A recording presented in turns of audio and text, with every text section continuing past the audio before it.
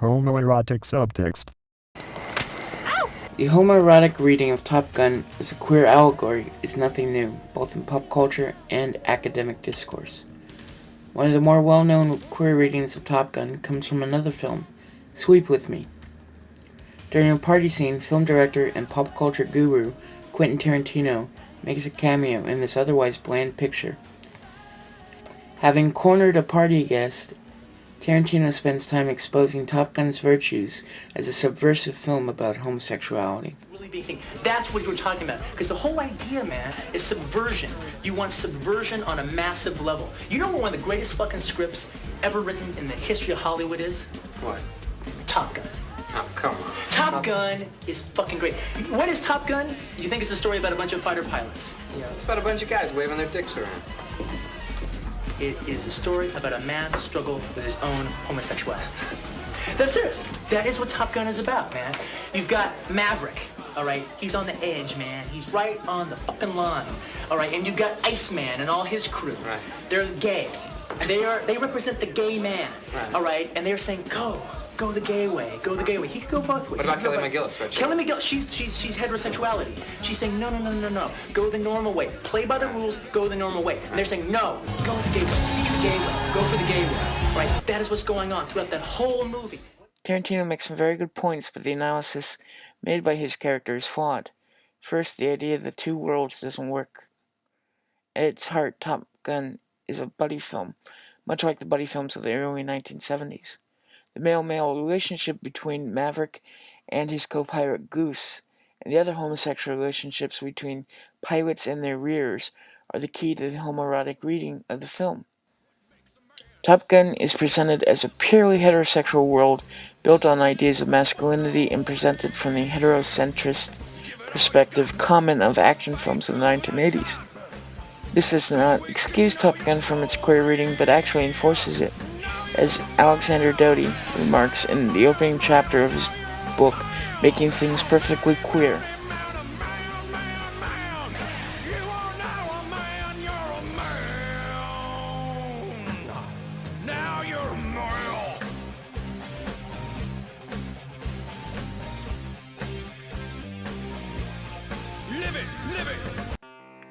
Robin Wood states that the buddy film becomes a queer film because of its insistence of its heterosexuality.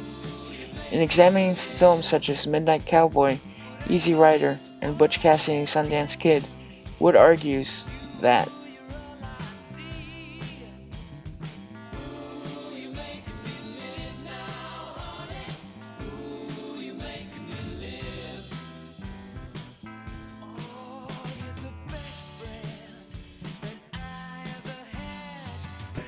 So Top Gun is a queer film. So what? Well, the queer reading of Top Gun opens it up to a few subtexts that have not been previously explored. There are three elements, which through the prism of Top Gun as a queer film can lead to a whole new reading of Top Gun, which takes into consideration the context in which it was created. Number 1, dogfighting, aerial combat as homosexual sex. Number 2, the language used to describe Maverick's flying style. And number 3, the didactic element of the narrative, Top Gun as a school and what it teaches. In Top Gun, homosexuality and homosexual intercourse is not represented as physical sex. Instead, the act of dogfighting replaces the act of sex. Come on, man. Keep coming. Take the following short clip.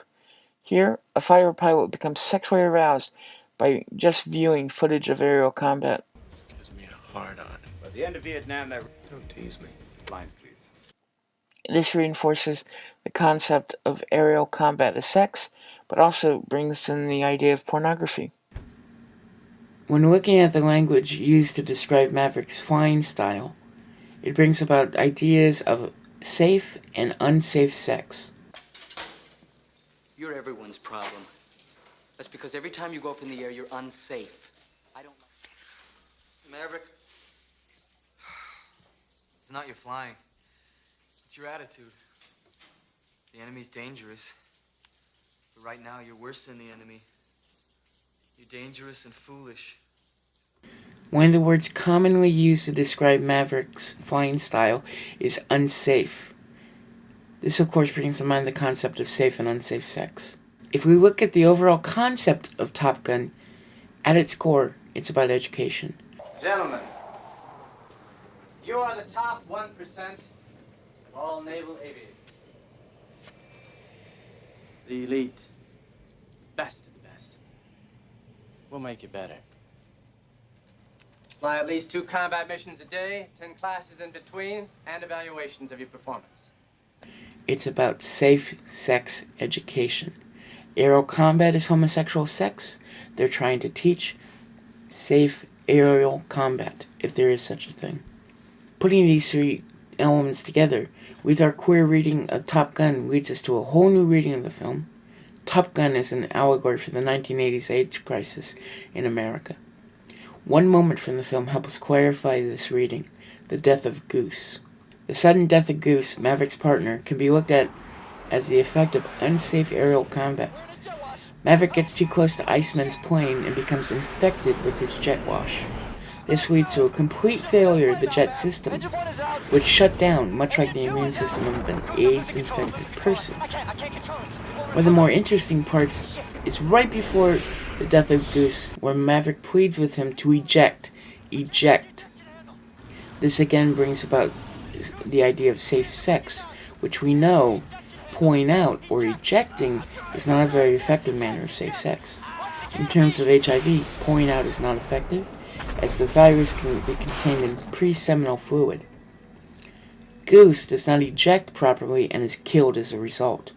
Maverick is lucky in surviving, but is not unscarred from the experience. The death of Goose leads to Maverick's impotence. In scenes following Goose's death, Maverick becomes scared to engage in aerial combat.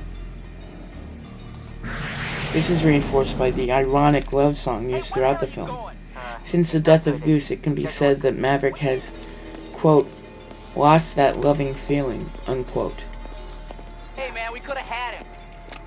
Hey, we could have had him, man. I will fire when I am goddamn good and ready. You got that? It is not until Maverick embraces the practice of safe sex and uses what he has been taught at Top Gun that he can again engage in aerial combat. When hit the brakes, he'll fly right by. Shit, he's gonna get a lock on us! Now!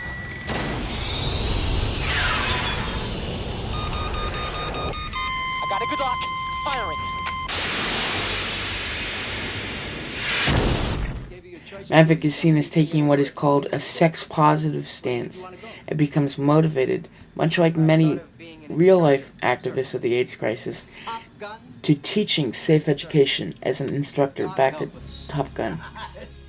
One of the more interesting aspects of the film is Maverick saving Goose's dog tags. Dog tags are a simple piece of metal with a person's name and some other identifying characteristics on it, but to Maverick, they become a memorial for his lost partner. AIDS activists around the same time created a memorial that was similar. The Names Project AIDS Memorial quilt was displayed on the National Mall in Washington within sight of other war memorials in 1987. To close this video, I would like to leave you with this thought. No film is ever made in a vacuum. Although Tony Scott, the director of Top Gun, most likely did not set out to create an allegory for the AIDS crisis, given the time that this film was created and the overall themes of safety and education throughout a world populated mainly by men, it's rather hard not to see this underlying subtext.